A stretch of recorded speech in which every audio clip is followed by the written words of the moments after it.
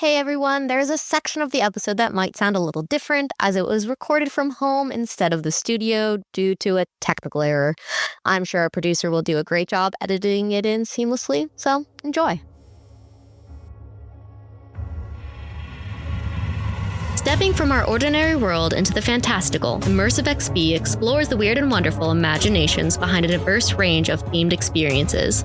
From virtual reality to escape rooms to live-action roleplay, nothing is off the table. We'll take a deep dive into what makes these adventures worth attending and which ones to avoid. Join me on a journey to explore the extraordinary and meet the people who make dreams a reality. Hello and welcome back to another episode of Immersive XP. I'm Taylor Ford, your non-binary host based in Southern California. Seamstress by trade, silly little guy by trauma. Favorite superhero? Spider-Man.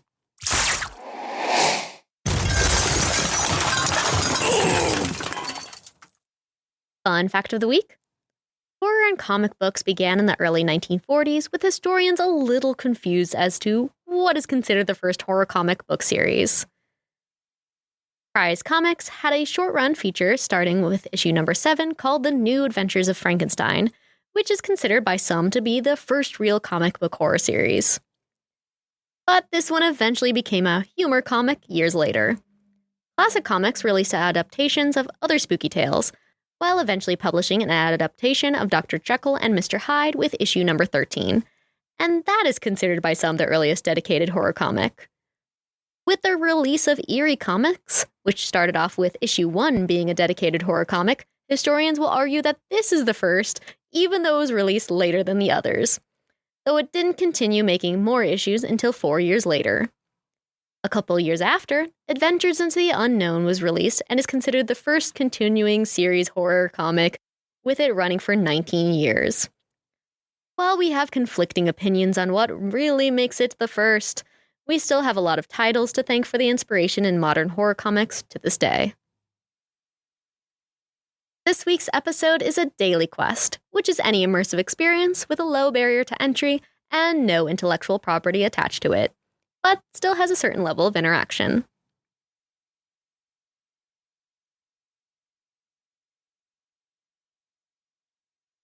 Returning to Force of Nature Productions for another spooky experience with Fallen Saints, Tales of Blaze City. As some might recall, the Fallen Saints show from last year was one of my absolute favorites, so I was thrilled when asked to preview another haunting tale. Unfortunately for you, this show is already over, but fortunately for me, I can tell you all about it. I'll admit that the description for the show based on the website and press release was a little confusing, so I had no idea what I was getting into when arriving. I attended the first performance of the evening, which meant that our guide into Blaze City was Lieutenant Markowski, the hardened detective trope after the loss of his daughter. Before entering into the comic book world, he explains that his story used to be full of color. His illustrator is going mad, so he turned black and white and is now able to talk to us. He led us up to the illustrator's room, which was full of deranged sketches, all in black and white. After some pleading from the lieutenant, the crazed illustrator promises that he'll bring back Markowski's daughter if he collects the last bits of color left in Blaze City. That all will be normal again, with the color in his hands.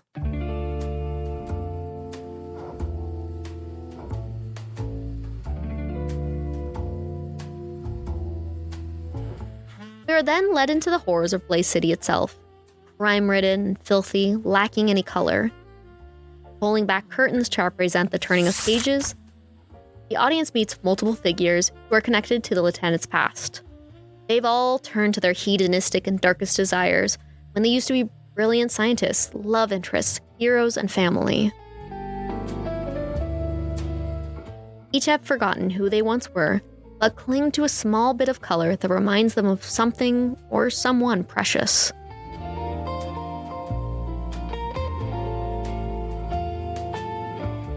The lieutenant and us audience members plead with these characters to get the color for the illustrator, often lying and using other devious methods in the process.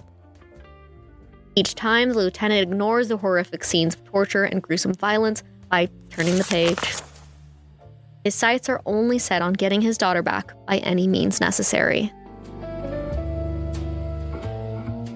Throughout the adventure, a cloaked figure watches from the shadows, sometimes calling out the detective for his less-than-moral methods in his quest. Once the city has been explored and all the colors have been claimed, we return to the illustrator for what he promised. Unfortunately, UV light on black and white sketches reveal a new story. In darkness, a character that weaves their way into every fallen saint's tale has taken claim on the illustrator as he too is losing his color. The detective will never get their daughter back, and he is murdered in front of the audience.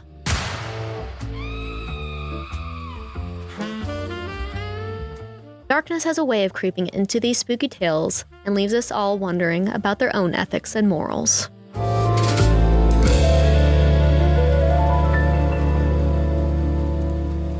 What's wonderful about this comic book adventure is that it's actually one of 3 that Force of Nature Productions has to offer. Each night, 3 different guides led 3 different time slots into Blaze City. The cast also changes, so you were guaranteed a different show each time. The guide for the second time slot was the resident vigilante, Black Jay, who has different relationships with each person in the city. The last guide is a random resident of the city, Sketch, who has basically no relationship to anyone you meet.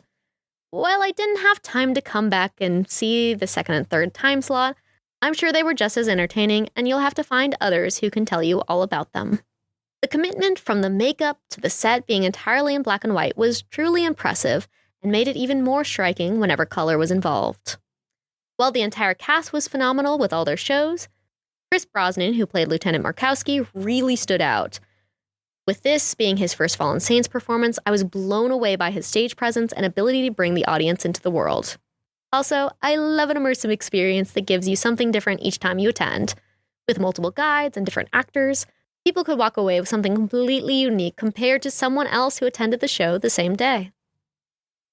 While the audience didn't have too much ability to change the overall story, attendees could still role-play with the cast, allowing them to improv a bit. For example, I helped distract one of the resident mobsters by playing a card game I could never win. Darn cheaters. In addition, I adore that they have a composer that creates the music so you can truly immerse yourself into the story they want to tell. Things I didn't like.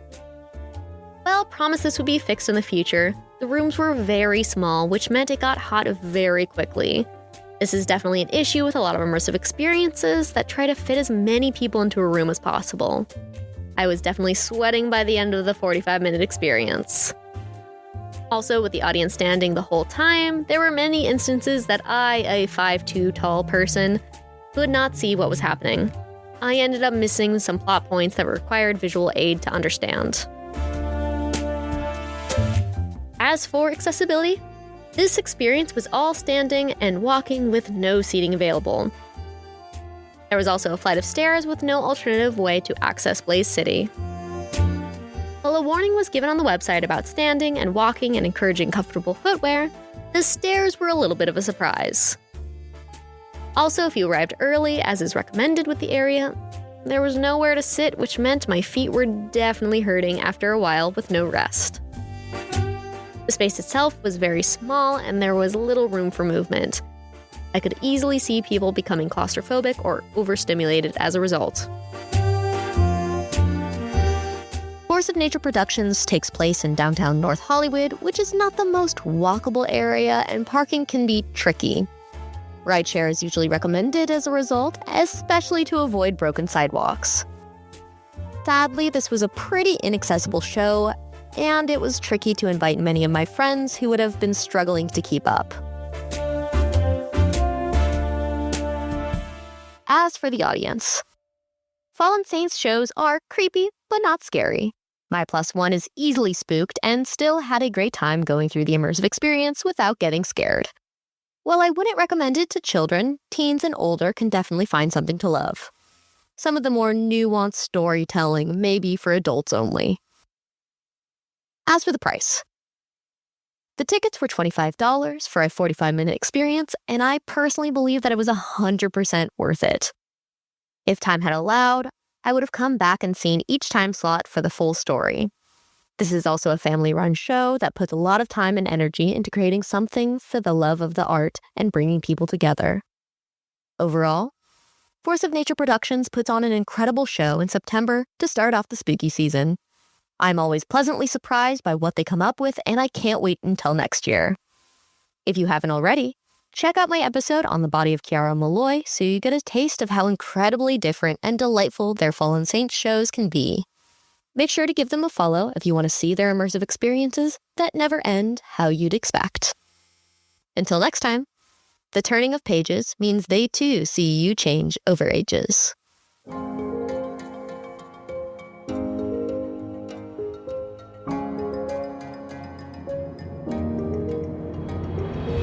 Check out our website, immersivexps.com, to join our free Ko-fi, which will have visuals and additional content of the immersive experiences discussed in each episode.